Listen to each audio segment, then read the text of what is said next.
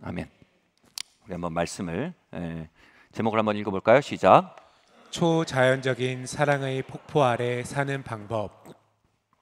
말씀 읽겠습니다. 로마서 말씀입니다. 시작.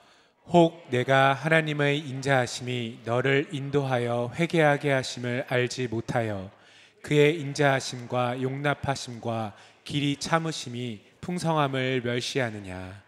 우리가 하나님을 알아가는 여정, 신앙의 여정에 있어서 굉장히 중요한 것이 있습니다. 바로 내가 어제 했던 영적 체험이, 은혜의 체험이 오늘 신선하게 오는 영적 체험의 가장 큰 장애물이 된다는 사실을 우리는 알아야 합니다.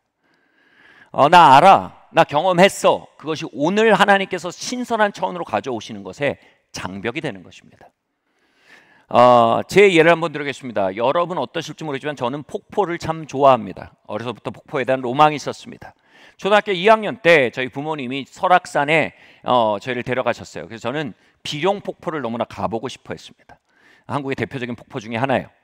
그래서 어렵게 올라가서 폭포를 보았는데 이것이 그것인가? 라는 생각이 들었습니다. 이게 폭포구나. 저의 폭포에 대한 체험은 이것이었습니다.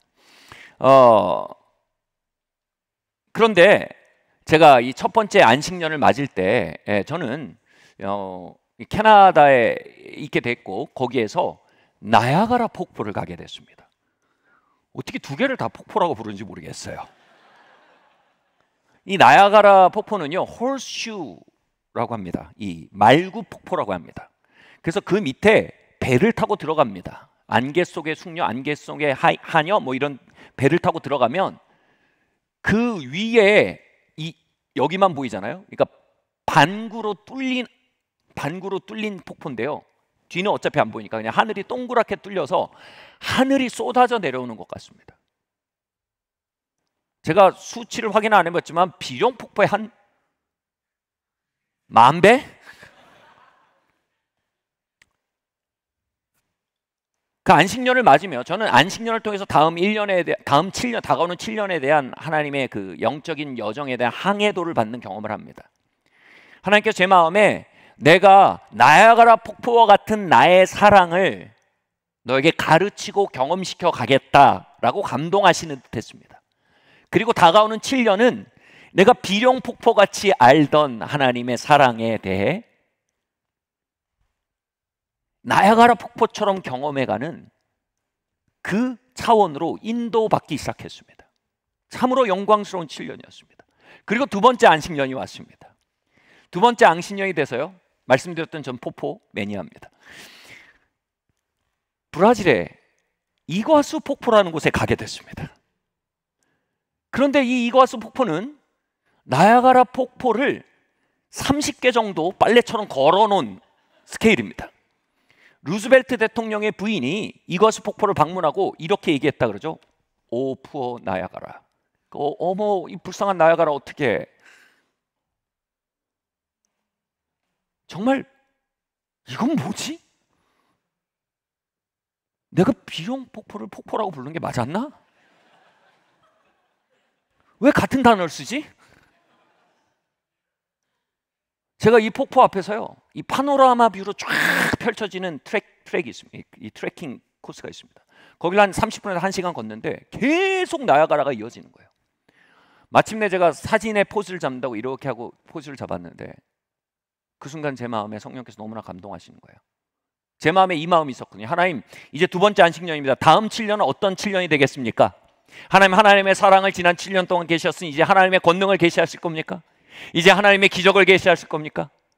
근데 주님께서 이렇게 감동하시는 것 같았습니다. 내가 나야가라 폭포와 같은 나의 사랑을 너에게 계시했다면 이제 이과수 폭포와 같은 나의 사랑을 너에게 계시하겠다.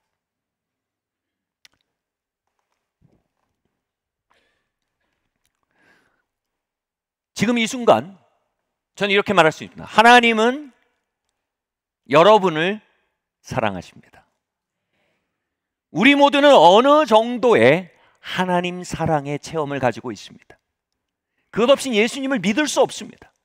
하나님이 세상을 이처럼 사랑하셔서 독생자를 주셨으니의 말씀을 통해 하나님의 사랑이 마음에 닿을 때 비로소 우리는 믿을 수 있게 됩니다. 그런데 그것은 비룡 폭포와 같은 계시입니다. 하나님의 사랑이 우리의 과거의 아픔을 지우고 오늘의 공허를 채우며 우리를 오늘의 삶을 흘러넘치게 할 만한 나야가라 폴일 수 있다는 차원에 대해 우리는 깨어나고 목말라하고 그것을 구하고 두드릴 줄 알아야 합니다. 아멘? 뿐만 아니라 하나님의 우리를 향한 사랑이 이과수 폭포와 같이 내 존재의 이유이자 내 항해의 동력이자 나의 비전이 되고 내 삶을 지어올릴 문화가 되며 내 가정과 내 교회와 내 일터를 그것에 맞게 조정하여 형성할 내 삶의 가장 중심의 사건으로 만들어갈 만큼의 하나님의 사랑의 계시가 있을 수도 있다는 사실을 우리는 알아야 합니다. 성 프란체스코는요, 눈병에 걸려 생을 마감했습니다. 근데 그것에 대한 한 전승의 설명이 아주 흥미롭습니다. 성 프란체스코가 눈병에 걸린 이유는 말년에 하나님의 사랑이 너무 리얼하게 계시돼서 하루 종일 울었답니다. 계속 우니까 눈이 짓물르고 회복될 수가 없는 거예요. 그래서 결국 세상을 떠나게 됐다는 얘기입니다. 이보다 영광스러운 삶과 이보다 영광스러운 죽음이 어디 있겠습니까? 여러분, 하나님 우리를 사랑하십니다. 이 동일한 말 속에 어떤 분은 비룡폭포의 체험을 떠올립니다. I know. 어떤 분은 나야가라 폴의 체험을 떠올립니다. I know. 그러나 하나님은 이과수보다 억만배 더 큰 전능함으로 당신의 사랑을 우리에게 쏟아 부으십니다. 우리는 그것을 두드려야 합니다. 찾아야 합니다. 구해야 합니다. 그 계시 안으로, 조명 안으로 돌파해 들어가야 합니다. 그런데 하나님의 우리를 향한 사랑을 체험하고 깨닫고 경험하는 삶에 있어서 중요한 건 하나님이 우리를 이전보다 더 사랑해 주시는 것이 아닙니다. 중요한 건 그분의 우리를 향한 사랑은 그대로인데 우리 안에 들어오는 것을 막는 장애물을 발견하고 그 장애물을 무너뜨려 가야 합니다. 하나님이 우리를 사랑하시는 것은 우리의 컨디션 때문이 아닙니다. 그분의 컨디션 때문입니다. 우리의 헤어스타일이 마음에 든다든지, 지난 한 주간 우리가 큐티를 잘했다든지, 지난 한 주간 친절했다든지에 의해 그분의 사랑의 수량이 늘어나는 게 아닙니다. 그분이 우리를 사랑하신 이유는 그분이 너무 충만해서입니다. 폭포가 밑으로 떨어지는 이유는 폭포 밑에 예쁜 사람이 있어서가 아닙니다. 폭포 밑에 멋지고 착한 사람이 있어서가 아닙니다. 폭포 위가 너무 가득해서입니다. 하나님은 사랑이십니다. 그분의 우리를 향한 사랑은 이미 설명할 수 없고 측량할 수 없고 unconditional, 조건에 구애받지 않습니다. 그러나 그분의 사랑에 대한 체험은 차등이 있습니다. 그것은 뭐예요? 그분의 부으심 안에 우리가 얼마나 돌파에 들어가냐입니다. 다시 말해 그분의 부으심과 우리의 마음 사이에 있는 장애물이 얼마나 허물어져 가냐의 문제임을 우리는 깨달아야 합니다. 자, 그러면 하나님의 사랑의 강물이, 그 폭포가 우리 안으로 들이치지 못하게 하는 장애물들을 우리가 식별하고 그것을 무너뜨리게 오늘 모여있는 것을 압니다. 우리 첫 번째 장애물에 대해 한번 읽어보겠습니다. 시작. 죄책감, 우리의 거룩이 그분의 사랑을 불러오는 것이 아닙니다. 그분의 사랑이 우리를 거룩하게 합니다. 아멘. 고린도 교회 사람들은 정말 말도 할 수 없는 부조리 가운데 살고 있었습니다.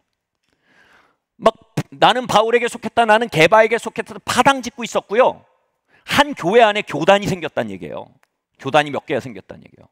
그리고 또 성찬식 때 당시 이런 이 떡과 잔을 나눈 게 아니니까 집에서 음식을 가져와야 했는데 부자인 사람들은 집에서 스테이크를 가져오고 프랑스 와인을 가져와서 성찬식 때 막 과시적으로 먹고 마시고 취해서 늘어졌어요. 집에 먹을 게 없는 사람도 와서 거기서 위축돼 있었어요. 그러니까 성찬을 모욕한 거예요. 그리고 더 크게는 뭐냐면 성적 부도덕이 있어서 그 중에 성적 부도덕이 어디까지 갔냐면 아버지와 결혼한 계모죠, 계모. 아버지가 돌아가시고 계모와 동거하는 사람도 있었습니다. 바울이 이들에게 편지를 씁니다. 이거 바로 잡아야 돼요. 그죠? 이거 바로 잡아야 됩니다.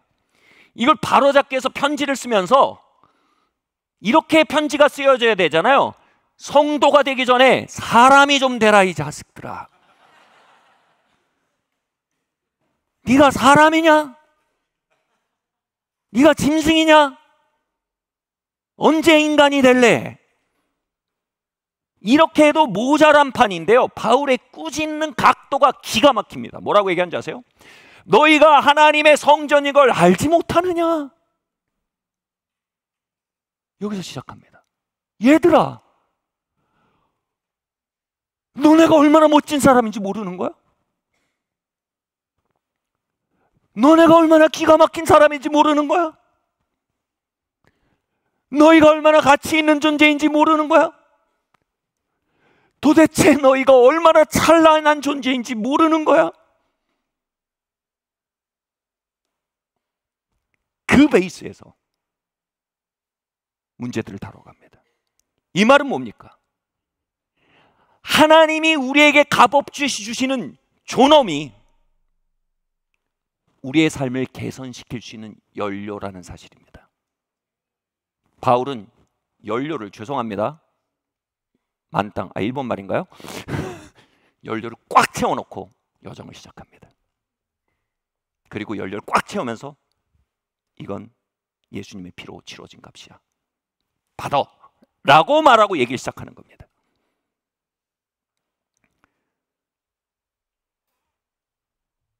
고린도전서 전체를 쓸 때, 후서 전체를 쓸 때 바울 마음에는 얼마나 많은 이슈들이 있었을 거예요. 이거 바로 잡아야 돼, 이거 바로 잡아야 돼, 이거 성찬식 이 문제, 이 문제, 이 문제. 정말 미치겠다 하면서 쓰는데 뭐라고 시작하는 줄 아세요?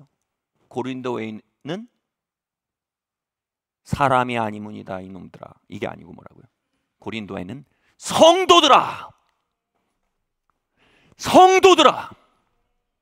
성도는 멤버십을 말하는 게 아닙니다. 성도는요, 영어로 saint입니다. saint는 성인이란 뜻입니다. 성자란 뜻입니다.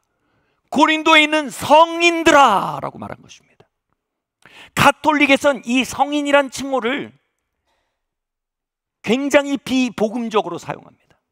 가톨릭에서 성인으로 책정되기 위해서 먼저 일생에 굉장히 메이저한 기적이 하나는 있어야 됩니다. 뭐 예를 들면 죽은 사람을 살렸다든지, 빵으로 막 5,000명을 먹였다든지, 뭐 이 정도는 해줘야 후보에 올라갑니다.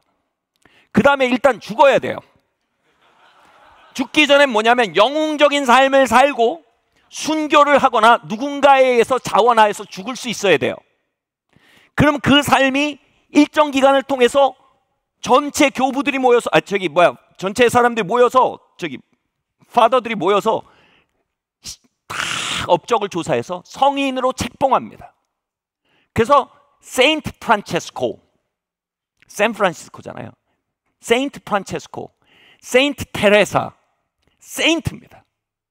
그러니까 그 사람의 삶의 업적의 기초에, 그 삶의 완전의 기초에 세인트란 칭호가 지어지는 겁니다. 여러분, 이 세인트는요, 교황도 한 발 접고 가야 되는 겁니다. 비숍도 한 발 접고 가는 겁니다. 세인트는 끝입니다. 저는 신학교 때 공부하면서 이 성인 열전을 읽으면서 제가 신학교를 졸업할 때 제 비전이 뭐였는지 아세요? 전 총회장이 아니었습니다. 큰 교회 목사가 아니었습니다. 저는 성인이 되고 싶었습니다. 물론 개신교회 성인의 책봉이 없지만 저는 성김영준이라는 삶을 살고 싶었습니다. 그리고 복음을 공부하며 제가 이미 성김영준이 알게 됐습니다. 내 업적이 아닙니다. 내 순종이 아닙니다. 내 완전이 아닙니다. 그리스도의 의입니다. 그리스도의 완전입니다. 그리스도의 순종입니다. I paid it all. 내가 다 지불했다. 그래서 내가 부를 수 있다. Saint. 내 십자가 안에서 은혜로 값없이 너희의 성취가 아닌 나의 성취의 기초에 말한다. Saint. 고린도에 있는 너 성인들아 라고 연료를 꽉 채워놓고 시작하는 겁니다.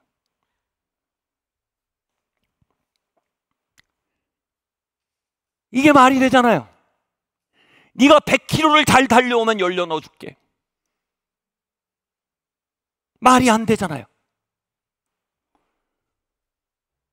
오늘 읽은 로마서 2장 말씀 뭐라고 말합니까? 우리가 쉽게 간과하는 사실이 있답니다.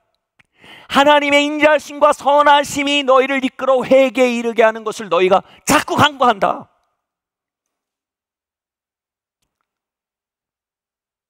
우린 하나님의 거절이 우리를 회개에 이른다고 한다고 생각합니다. 하나님이 우리에게 축복을 유보하심으로 우리의 삶이 바로잡힐 거라고 갈 거라고 생각합니다.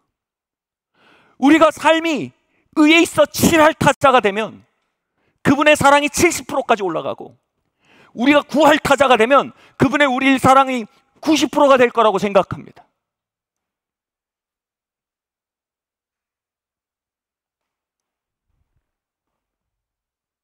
그런데 성경은 업사이드 다운, 완전히 뒤집어 놓고 시작합니다. 그분의 우리를 사랑하는 향하는 그리스도 예수 안에서 100%입니다. 그분은 90%로 사랑하는 법을 모르십니다. 폭포가 못하는 게 있어요. 아끼는 걸 못해요. 그분은 세컨 클래스 사랑하는 법을 알지 못하십니다. 그분은 덜 진심으로 사랑하는 법을 알지 못하십니다.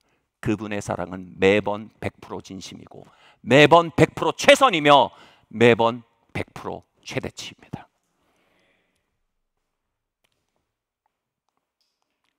그분은 그 사랑 안에 우리를 세인트라고 부르십니다. 성 프란체스코, 성 테레사, 성 김영준, by grace. 성 프란체스코와 저의 차이는 뭡니까? 성 프란체스코는 그 은혜를 엄청나게 깨달았습니다. 저는 그 은혜를 요만큼 깨달았습니다. 성 프란체스코의 완전함은 그분이 그 하늘로부터 오는 어마어마한 사랑과 은혜에 대해 항복함으로, 그가 그 사랑에 채워짐으로 말미암아 비로소 거룩이 도출된 것입니다. 아멘. 우린 요한복음의 가늠하다 현장에 잡힌 여자의 이야기를 알고 있습니다. 이 여인에게 주님께서 이렇게 말씀하십니다. 여자여, 나도 너를 정죄치 않으니 가서 죄를 범치 마라. 정죄치 않는다는 말은 당시의 신학과 문화에서 이것입니다. 내가 너를 용납한다입니다. 내가 너를 사랑한다입니다. 내가 너를 축복한다입니다. 간신히 봐준다는 말이 아닙니다. 여자여, 내가 너를 정죄치 않으니 뭐라고요? 가서 다시는 죄를 범치 마라. 우린 이렇게 말합니다. 다신 이런 짓 하지 마라. 그럼 내가 너를 정죄치 아니하겠다.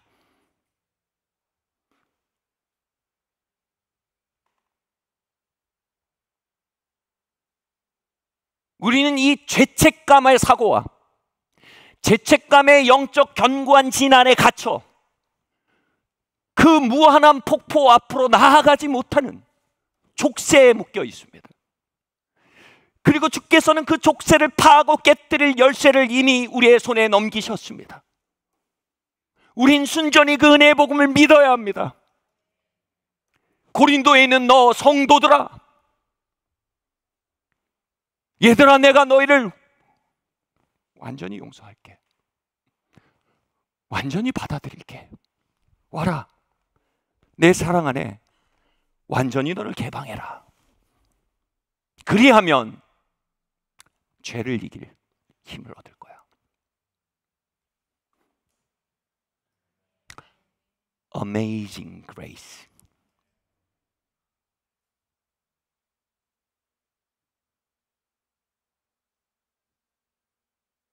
너 이야기 그대로 이리 와라. 너의 패배 그대로 이리 와라. 너의 일할 타율 그대로 이리로 와라. 그리고 내가 너와 말한다. 나의 성자여, 세인트. 고린도에 있는 성도들아, 위에 있는 세인트들아, 너희가 하나님의 성전인을 알지 못하느냐? 너가 얼마나 찬란한지 알 필요가 있다. 그리하면 이 모든 지저분한 이야기들로부터 이겨나갈 파워를 얻게 될 것이다. 먼저 오라. 먼저 먹으라. 나와 함께 힘을 얻으라. 나의 사랑이 너와 함께 싸워가리라.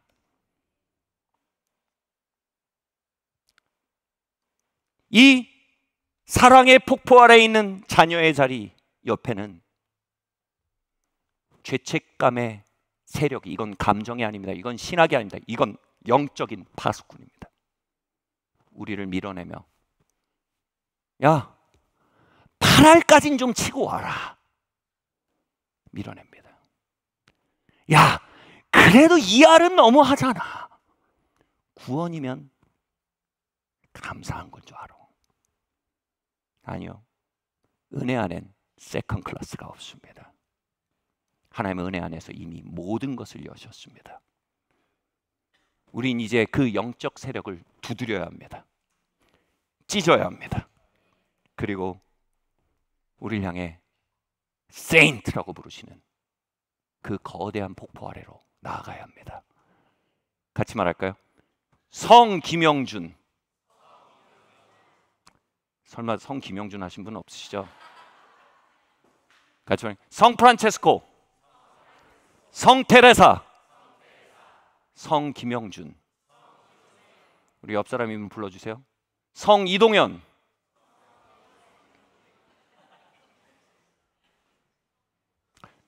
제가 이렇게 부탁해도 될까요?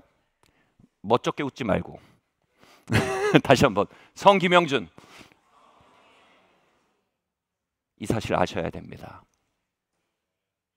다시 한번 말할까요? 당신 받아들여졌습니다. 당신 하나님의 아들입니다. 딸입니다. 당신은 성인으로 책봉되었습니다. 아멘.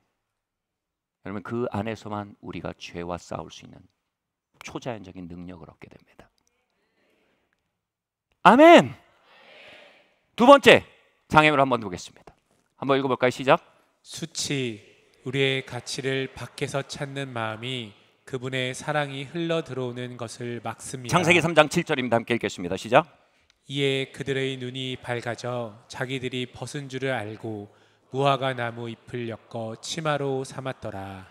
수치는 나 자신으로는 무가치하다는 직관적인 확신입니다. 아담과 하와가 선악과를 먹자 그들 안엔 직관적인 확신이 왔습니다. 나 자신으로는 무가치하다. 그들은 그 확신에 의해 강압당하여서 나아가 무화과 나무 잎사귀를 뜯어 자신에게 덕지덕지 발라야 했습니다. 무화과 나무 잎사귀로 자신을 가려야 했습니다.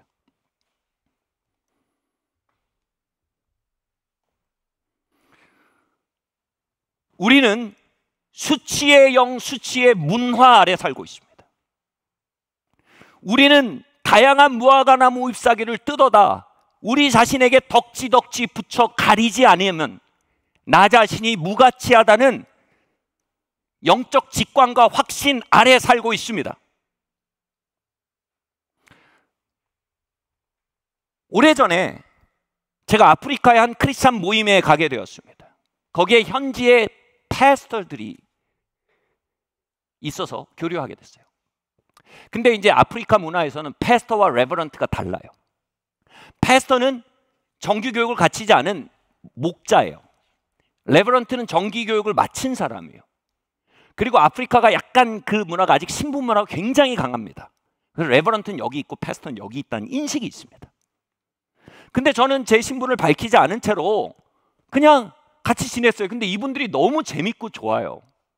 진짜 너무 재밌었어요. 하루 동안 막 같이 밥도 먹고 막 지냈는데 너무 좋은 거예요. 그러다가 다음 날 주최 측에서 저에게 찾아왔어요. 그래서 얘기하는 거예요. 이렇게 부르는 거예요. 레버런트 킴 이렇게 부르는 거예요. 그 순간 제 친구들이 눈동자가 흔들리기 시작했어요. 당신의 자리를 맨 앞에 만들어 놓았습니다.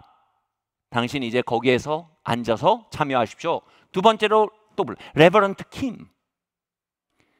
식사는 여기에서 하시면 됩니다. 그리고 그분이 갔습니다. 그 순간 그렇게 가까이 지내던 친구들이 눈동자가 흔들리면서 저한테 이렇게 묻습니다. 레버런트 킴, 우리 여전히 친구 맞습니까? 제가 어느 순간 저항이 확 일어났습니다. 무슨 얘기를 하냐고. 난 당신들 되게 좋다고. 그러니까 우리 계속 친구라고. 그러니까 그러더니 그리고 이렇게 얘기해요. Man of God, 하나님의 사람이요. I apologize. 나 용서를 구합니다. 내가 당신을 모르고 브라더라고 불렀습니다. 형제 이렇게 불렀습니다. 그래서 제가 뭐라고 얘기했어요? 제가 너무 그걸 견딜 수가 없었어요. 그럼 내가 시스터냐? 오늘부터 날 시스터라고 부를 거냐? 내가 브라더인 걸 어떻게 입증하면 되냐? 살짝 민감한 농담이었습니다만 듣기에 굉장히 쿨하죠. 아프리카 그런 문화가 있구나 싶죠. 우린 아닌가요? 우리의 하이라키는 훨씬 더 다원주의적입니다. 그들처럼 단순하지 않을 뿐입니다. 우린 더 복잡한 하이라키를 가지고 있습니다. 바로 우리는 우리의 존재의 가치를 얻기 위해 수많은 무화과 나무 잎사귀를 총천연색으로 모집해서 이 복잡한 하이어라키의 문화 속에서 다양한 잎사귀를 붙이며 살아가고 수집하고 있습니다. 이건 저의 이야기입니다. 저는 북미권에 가서 컨퍼런스나 스쿨이나 뭐 이렇게 하거나 또는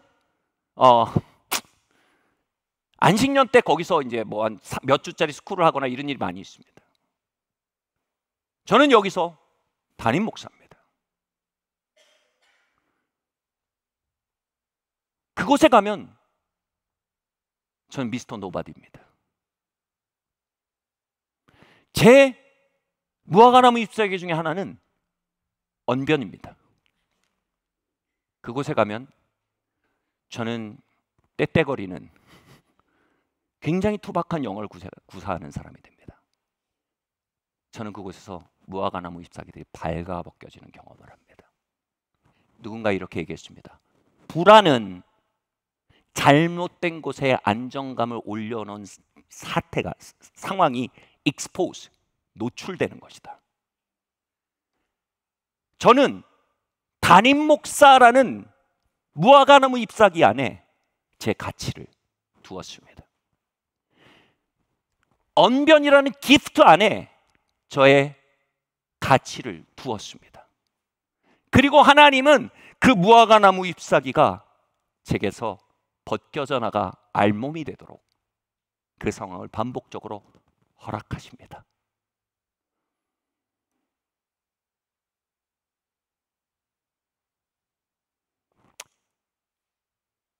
왜냐하면요,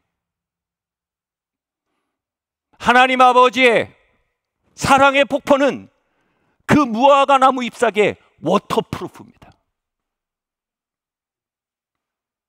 그것은 우리 안으로 부딪혀 오지 못합니다.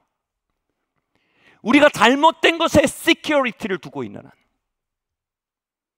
그것은 우리에게 방수가 되어 그 사랑이 여기에 고함치며 쏟아질지라도 내 안으로 한 방울도 흘러들어오지 않습니다.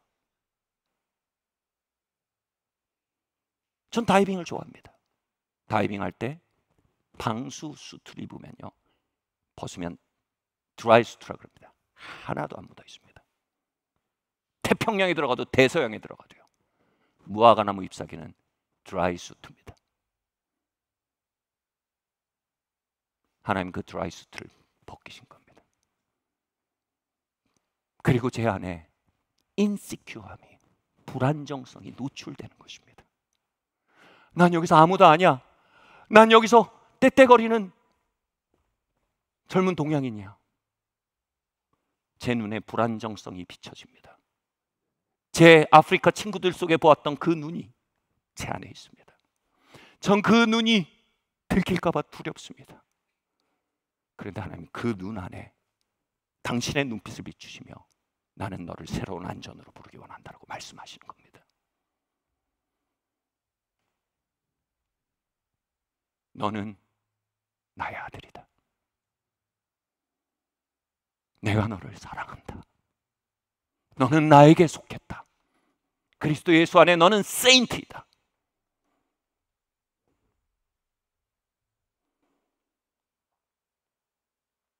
예수께서는 요단강에서 세례를 받으시고 물 위로 올라오실 때 하늘이 열리고 이는 내 사랑하는 아들이요 내가 그를 기뻐하노라라는 음성을 듣습니다.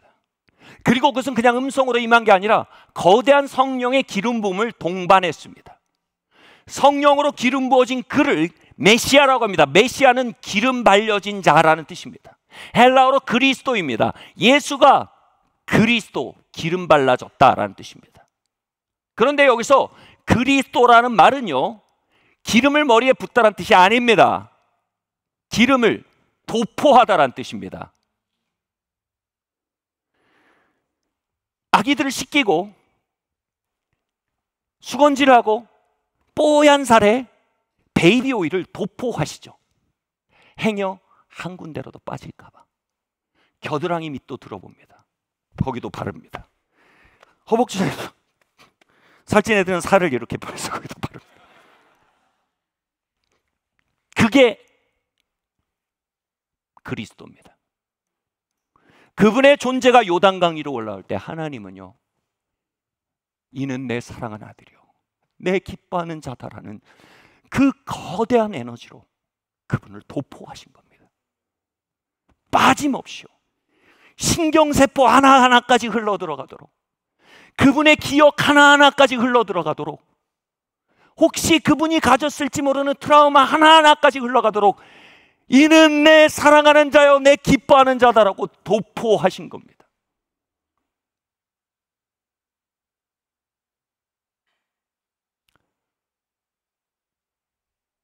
옛날 후라이팬은 후라이를 하면, 계란 후라이를 하면 눌러붙었습니다. 고기를 구우면 눌러붙었습니다. 근데 몇십 년 전 테프론이라는 기술이 개발되었습니다. 후라이팬을 코팅하니 눌러붙지 않아요. 이제 고기를 구워도 흔적이 없습니다. 우리의 삶은 많은 사건을 일으킵니다. 세상은 우리에게 많은 일을 일으킵니다. 어떤 사건도, 어떤 일도 우리를 파괴하지 못합니다. 우리를 파괴하는 건 우리 안에 눌러붙은 흔적들 뿐입니다. 눌러붙고 눌러붙고 눌러붙는 것이 쌓여 우리를 무너뜨립니다. 기름 부음은 초자연적인 영혼의 테프론입니다. 눌러붙지 않아요. 저희 아이들은 3살, 5살 시절에 할머니, 할아버지와 같이 컸습니다. 제가 같이 살아서. 그때 저희 아이들이 자기 전에 하는 큐티 타임이 있습니다. 경건의 시간이 있습니다. 뭐냐 하면 할아버지 옆에서 딱 눕습니다. 그럼 할아버지가 이제 5살짜리, 4살짜리 놓고 이거예요. 정결 의식을 행합니다. 이마도 이쁘고 코도 이쁘고 오른쪽 콧구멍도 예쁘고 왼쪽 귀도 예쁘고, 그럼 못 빠지면 여기, 그러면 여기도 이쁘고 한번 하는데, 이 재개를 하는데, 목욕 재개를 하는데 한 30분에서 40분 걸려요. 그럼 시원치가 않으면 그럼 또 다시 시작해야 돼요. 그러면 애들이 거기서 확 잠이 듭니다. 이는 내 사랑하는 자요 내가 그를 기뻐한다. 도포하는 겁니다.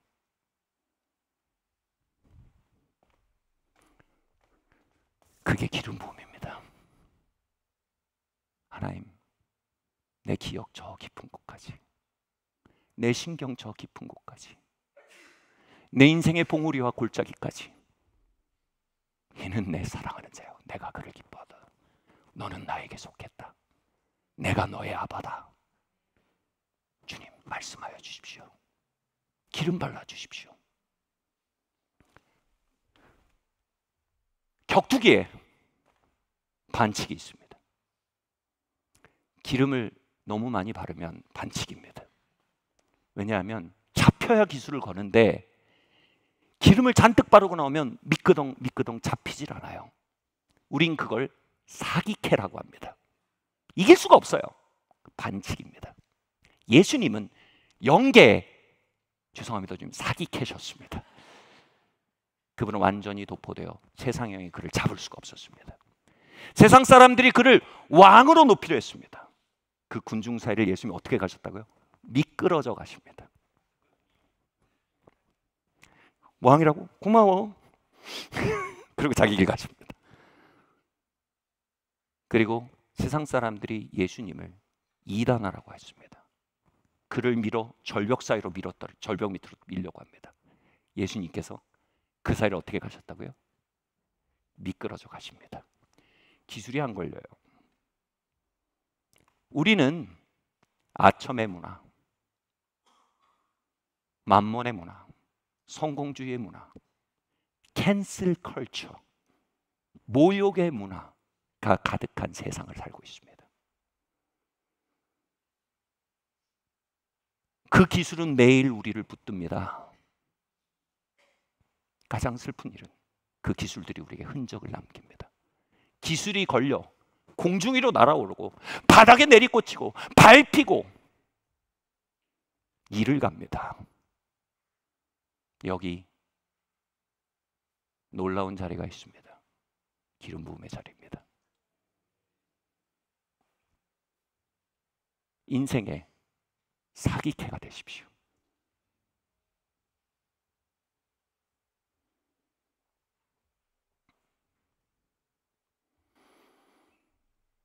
저는 얼마 전에 소위 세계에서 제일 크다는 교회에서 집회를 하게 되었습니다. 목회자로서 큰 불안정성을 자극받을 수 있는 자리일지 모르겠습니다. 계속되는 집회에 제가 마지막 스피커였어요. 올라가서 앉았습니다. 앞에 선배 목사님들이 사역하시고 강다성에 앉았습니다. 근데 정말로요, 저는 제 앞에 두 가지 영적 흐름이 있는 걸 봤습니다. 하나는 수치의 영입니다. 네가 누군지 보여줘. 비교 우위를 보여줘. 비교 열위에 포착된다면 그건 망신이야. 너의 지난 시간이 뭔지 입증해. 너를 증명해. 수치의 문화 안에 제가 들어간다면, 영 안에 들어간다면 난 그곳에서 하나님을 섬길 수 없습니다. 나를 섬기는 겁니다. 나는 거기에서 하나님의 말씀을 전달할 수 없습니다. 사람들의 인정을 얻기 위한 퍼포밍을 할 수 있는 겁니다. 그리고 그들의 눈빛 속에 무화과 나무 잎사귀를 얻기 위해 열심히 페달을 밟는 겁니다. 오케이, 선두그룹 보여주겠어. 세상은 이 자리를 열심히 있다 하고 하나님 이 자리를 고하라고 하십니다. 또 하나는 기름 부음입니다. 자녀의 심령입니다. 그 안에 들어갈 때 나는 김영준입니다. 나는 세상에 둘도 없는 한 명의 피조물입니다. 나는 하나님께서 내게 주신 것을 드러낼 수 있습니다. 그들이 박수 칠 수 있고 아닐 수 있지만 중요한 건 그게 아닙니다. 하나님 내게 주신 걸 그곳에 풀어놓는 일입니다. 그리고 난 하나님의 아들로서 그 자리에서 걸어 내려올 수 있는 것입니다. 찬양을 하며 제게 거대한 돌파가 왔습니다. 자녀의 심령이 부어지는 것입니다. 그 순간 목사로서 좀 가장 부담스러울 수 있는 그 자리가 영어로 feel at home, 제 안방인 줄 알았습니다. 편안해지는 겁니다. 사랑하는 성도 여러분, 세인트 여러분, 여러분이 아침에 눈을 뜰 때 여러분 앞에 두 개의 폭포가 있습니다. 이 자리에서 삶을 향해 걸어나갈 때 여러분 앞에 두 개의 폭포가 있습니다.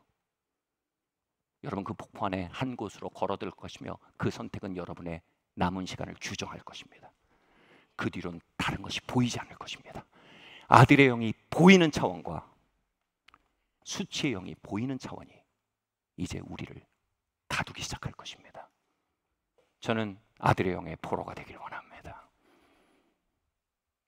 이 수치의 문화는 우리를 향해 더 많은 나무 잎사귀를 모집해라, 더 컬러풀한 잎사귀를 모집해라, 오케이 가을 잎사귀다, 이제는 빨간 잎사귀 좋잖아, 봄 잎사귀다, 연두 잎사귀다, 그러면 넌 좀 더 가치 있는 사람일 것이다. 우리를 그 트랙 위로 몰아가고 있습니다. 우리는 이 수치의 영적 세력과 결별해야 합니다. 아멘. 그리고 이 압력을 거슬러 우리는 우리가 속한 곳으로 가야 합니다. 이는 내 사랑하는 자요, 내가 저를 기뻐하노라. 그리고 주님의 기름 부음이 우리의 존재를 휘감는 그 삶으로 초대받은 자임을, 이 자리가 우리의 권리이며 이 자리가 우리가 속한 자리임을 깨달으시길 예수님의 이름으로 축원합니다. 마지막입니다. 함께 읽어볼까요? 시작. 수고하는 고아의 마음, 나 혼자의 수고가 아닌 은혜와 함께 수고하는 법을 배워야 합니다. 마태복음 11장 28절에 30절 말씀 함께 읽겠습니다. 시작. 수고하고 무거운 짐진 자들아 다 내게로 오라. 내가 너희를 쉬게 하리라. 나는 마음이 온유하고 겸손하니 나의 멍에를 메고 내게 배우라. 그리하면 너희 마음이 쉼을 얻으리니 이는 내 멍에는 쉽고 내 짐은 가벼움이라 하시니라. 이 말씀의 배경은 이렇습니다. 당시에 어미소와 송아지가 함께 밭을 갈므로 송아지가 어미소로부터 배우게 했습니다. 그때 멍에는 어미소와 송아지가 지고 있지만 무게는 어미소가 다 받게 되어 있었습니다. 그래서 같이 가는데 송아지가 어미소와 함께 걸어가는 한 무게는 송아지에게 가지 않습니다. 그런데 어미소가 가는데 송아지가 버티면 멍에가 송아지를 압박하기 시작합니다. 반대도 마찬가지입니다. 어미소가 슬로우 다운, 천천히 가는데 송아지가 돌진하면 그 무게를 송아지가 받는 겁니다. 송아지가 어미소와 함께 걷는 한 그에겐 안식이 있습니다.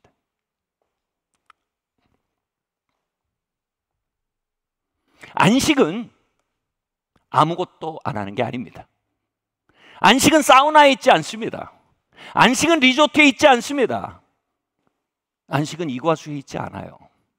안식은 아버지와 함께 걷는 데 있습니다. 그분은 우리의 인생을 기경하는 어미소이십니다. 그분은 여러분의 삶에 일하고 계십니다. 중요한 건 우리가 그분을 발견하고 그분과 함께 걷는 법을 배워야 합니다. 거기에 안식이 있습니다.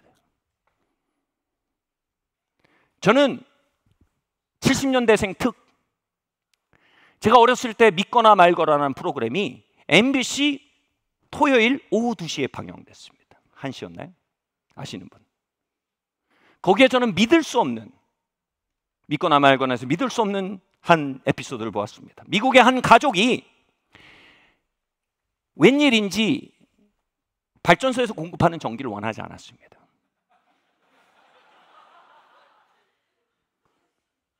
그리고 거실에 자전거를 갖다 놓았어요. 그리고 여기다 발전기를 달았어요. 그리고 이 믿을 수 없는 가정은 세탁기를 돌릴 때 페달을 밟기 시작했습니다. TV를 볼 때 페달을 밟으면서 봤습니다. 밤에 책을 보면 전기가 나오기 위해서 페달을 밟아야 했습니다. 그리고 가장 인상적인 장면은 결국 페달이 늦춰집니다. 그럼 세탁기가 멈추기 시작하고 TV가 꺼지고 불이 꺼집니다. 그날 일정은 거기서 끝입니다. 모든 것은 그들의 다리에 매달려 있었습니다. 저는 젊은 시절 담임 목사가 되었습니다.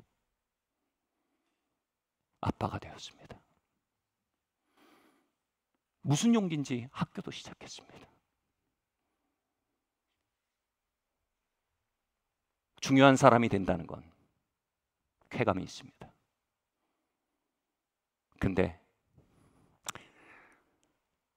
모양은 단팥빵인데 안고가 똥입니다. 거기엔 필연적인 번아웃이 있습니다. 모든 것이 나에게 달렸습니다. 그리고 결국 나의 젊음의 힘이 소진되기 시작했습니다. 열심히 밟으면 교회가 막 나갑니다. 기도도 막 5시간씩 하고 막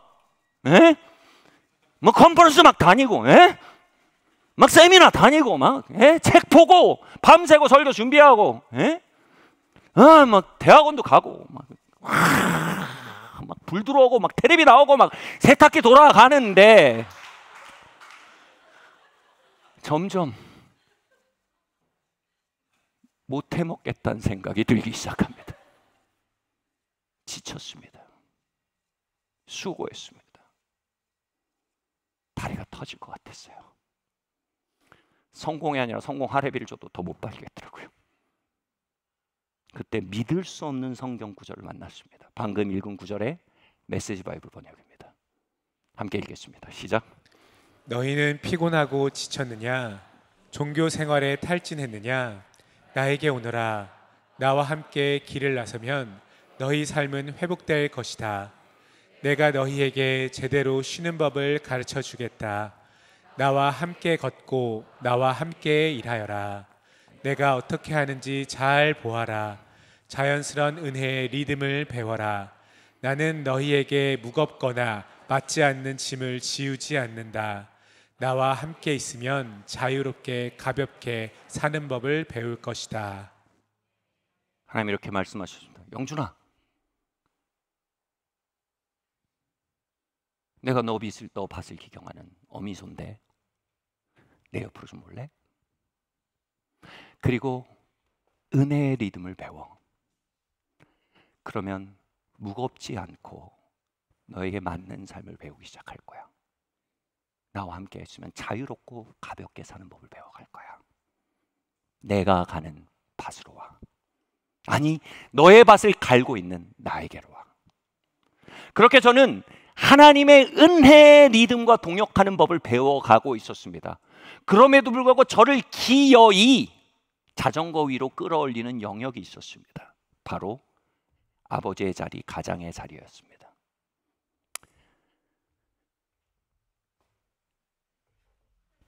저도 다둥이 아빠입니다. 그리고 저희 딸들은 약간 야심만만해요. 하고 싶은 게 많습니다.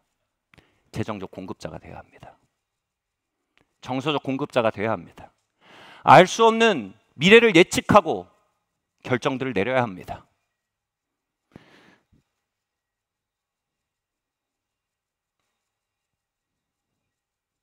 사역을 잘 운영하면서요. 여기서 중요한 게 뭔지 아세요?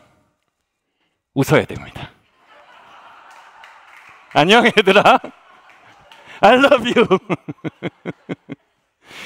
내가 너희를 얼마나 좋아하는지 알지.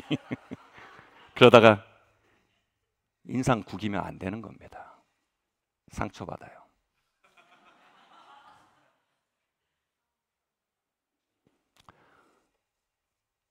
이 자전거를 타면서 찬양 소리가 안 들립니다. 제가 어렸을 때 좋아하던 팝송이 들려요. All by myself. All by myself. 난 여기 혼자다. 아무도 날 서포트하지 않는다. 이걸 성경에선 고아라고 합니다. 저는 아비의 자리에서 끊임없이 자전거를 밟아대는 고아였습니다. 제 고아의 버튼을 마구 눌러대던 시즌에 극에 달하기 시작했습니다. 때마침 교회가 새 성전을 매입했습니다.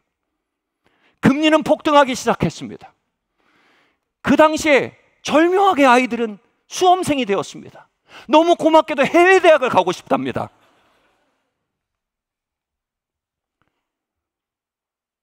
저희 가정의 캐시플로우는요, 세성전과 다 얽혀서 제 어떤 계획도 무력해져 있었습니다. 그 상태에서 저희 첫째 아이가 외국 수능을, 마지막 2개가 제일 중요한 때인데, 보는데 첫 번째 시험을 봤는데 시험지 뒷면이 무려 미스프린트가 됐습니다. 그래서 그 점수가 캔슬됐습니다. 마지막 하나 남은 걸 봤는데 시험 장소가 잘못 인폼됐어요. 시험장에 들어가지도 못한 채로 기회가 날아갔습니다. 저의 버튼은 다시 눌렸습니다. 저는 또 올렸습니다. 홍콩에 내가 아는 국제 변호사가 있다. 소송전이다. 걱정하지 마라. 아빠가 해결할 것이다. 내가 어떻게든 해볼 것이다. 내가 이메일을 해볼 것이다. 내가 투쟁을 이어갈 것이다. 근데 저는 일을 하며 알고 있었습니다. 저에겐 답이 없었습니다.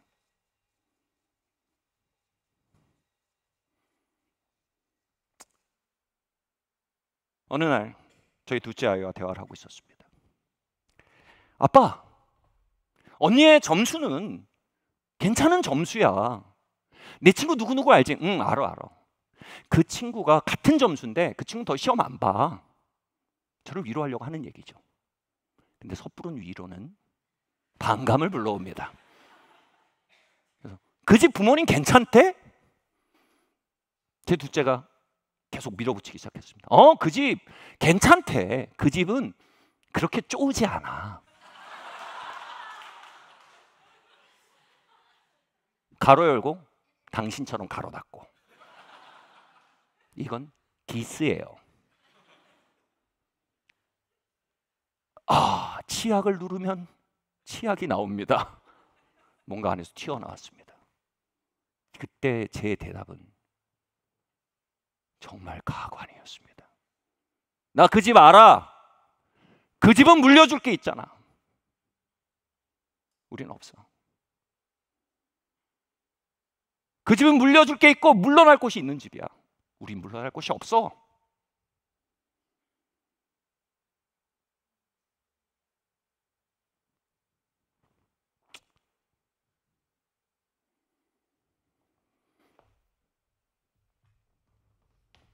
제가 무슨 말을 하는지 알고 귀미까지 빨개지는 것 같았습니다. 그 순간 어미소가 와서 저를 건드는 것 같았어요. 하나님 아버지께서 이렇게 말씀해 주셨습니다. 얘야, 난 이들을 향해 유업을 가지고 있어. 난 이들에게 계획이 있어. 난 이들의 삶을 인도할 거야. 네가 아비가 되기 전에 난 이들의 아비였어. 너는 이 밭에서 송아지야. 내가 어미소야. 지금 문제는 네가 자전거 위에 있다는 거야. 내려와. 그리고 내 옆에 와. 내게 와서 내게 배워. 은혜의 리듬 안에 걸어가야 해. 아비의 자리에서 고아가 되지 마. 가장의 자리에서 송아지가 돼.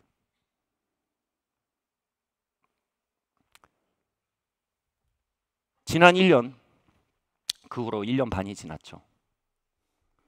저는 육신의 아버지로서 더 무력함을 경험합니다. 아이들은 태평양 건너편에 있고요. 제 통제력은 점점 약해집니다. 아이들의 삶에 대한 요구는, 필요는 더 커져갑니다. 그 앞에서 저는 더 불안하고 더 두렵습니다.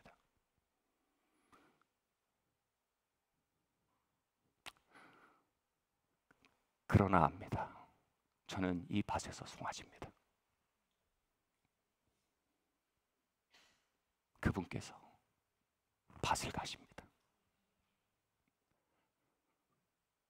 아이들이 입학할 때 그랬어요. 얘들아, 입학에 필요한 최소한의 금액은 우리가 할 수 있다. 그 다음에 안 되면 휴학하는 거다. 참담했습니다. 하나님께서 어미소가 되셨습니다.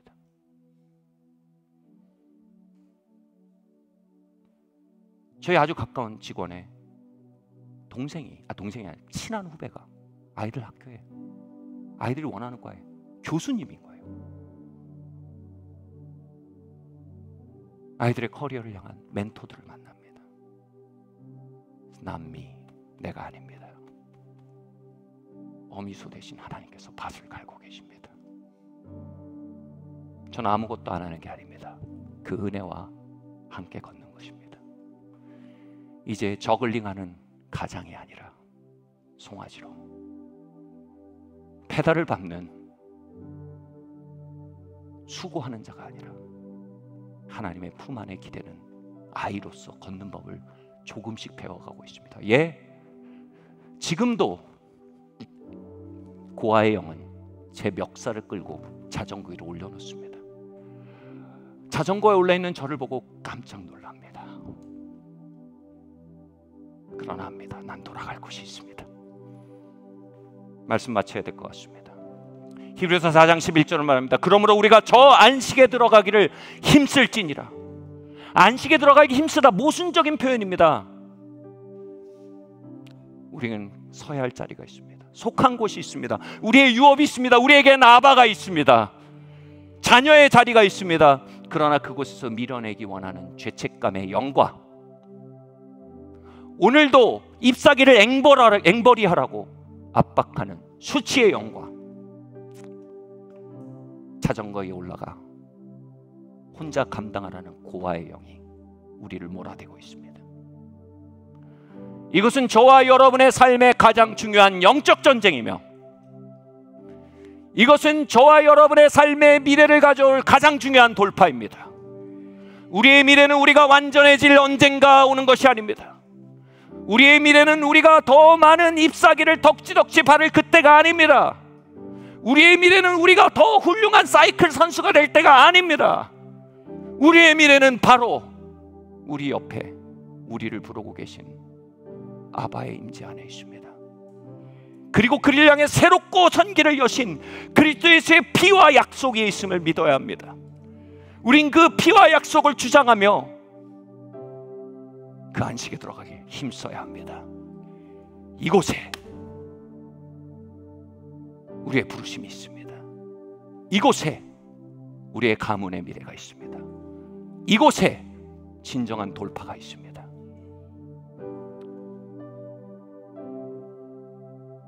하나님의 아들, 딸 여러분, 아바는 살아계십니다. 보혈은 진리입니다. 우린 참으로 그분의 자녀이며 참으로 하나님의 권속이 되었습니다. 이 시간 우리가 일어나 이 진리를 고백하며 곡조 있는 기도로 선포할 때 우리의 삶이 비룡폭포에서 나야가라에서 이곳으로 돌파해가는 여정이 되시기를 예수님의 이름으로 축원합니다. 자리에서 일어납시다.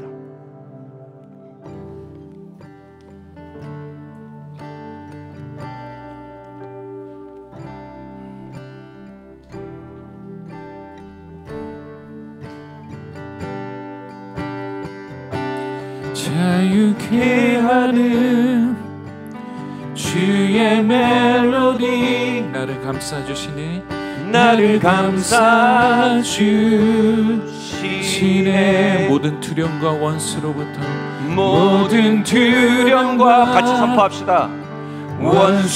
원수로부터 나를 건져주시네 나는 두려움 전혀 없네 나는 두려움 전혀 없네 나는 주의 자녀 나는 두려움 전혀 없네 나는 두려움 전혀 없네 나는 주의 자녀 모태로부터 할렐루야 모태로부터 날 택하셨네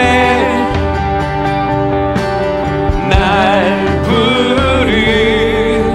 부르셨네 주의 보혈로 다시 태어난 주의 가족 됐네 주 가족 됐네 말합시다. 나는 두려움 전혀 없네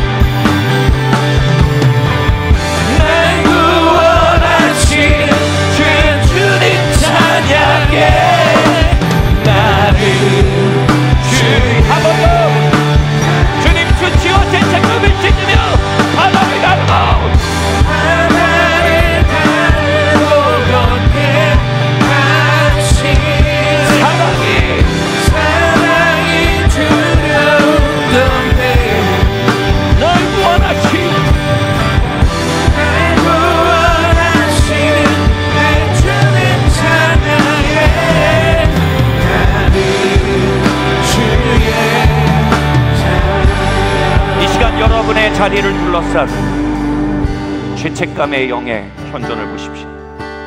수치의 영의 현존을 보십시오. 고아의 영의 현존을 보십시오. 이제 우린 물러나지 않을 것입니다. 우린 구할 것입니다. 두드릴 것입니다. 찾을 것입니다. 이 시간 우리가 주여 한번 크게 부르짖고 여러분 우리의 부르심의 자리, 자녀의 자리를 향해 밀고 들어가겠습니다. 함께 기도하겠습니다. 주여!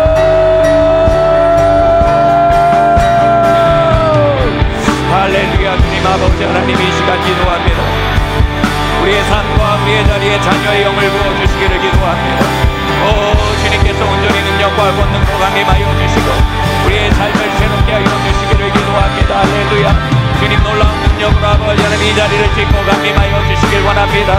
주님 수치의 영으로부터 우리를 건져주시고 아버지 하나님 죄책감의 영으로부터 우리를 건져주시고 고아의 영으로부터 우리를 건져주시옵소서. 할렐루야. 아버지 하나님 주님의 놀라운 은혜와 능력으로 강림하여 주시기를 기도합니다. 주님 역사하여 주시고 주님 채워주시옵소서.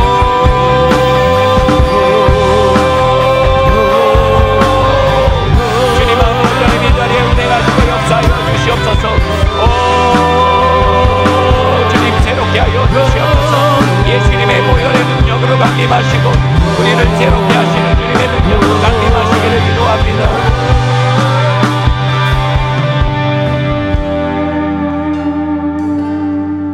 여러분 그 이과수 앞에 서세요. 그리고 하늘을 향해 두 손을 드세요. 아바 하나님, 당신의 권속이 당신 앞에 섭니다.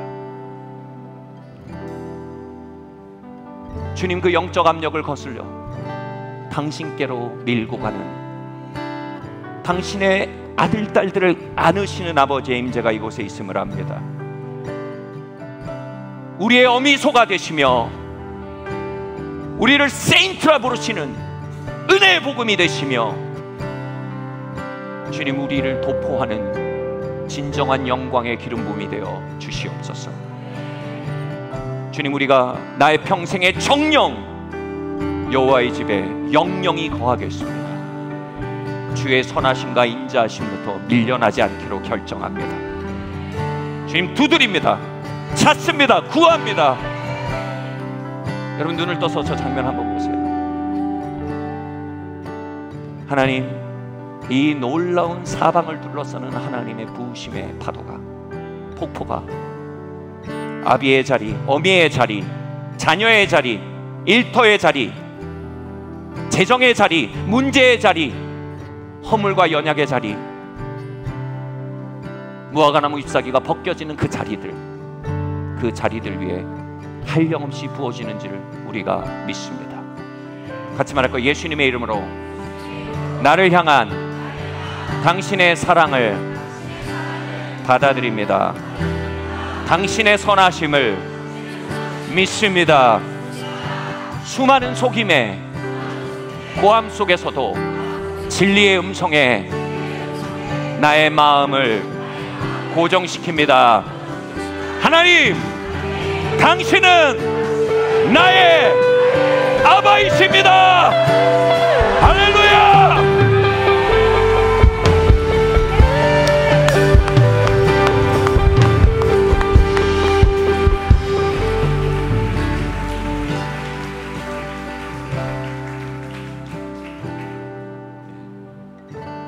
이 시간 준비하신 봉헌 함께 드리도록 하겠습니다. 함께 자리에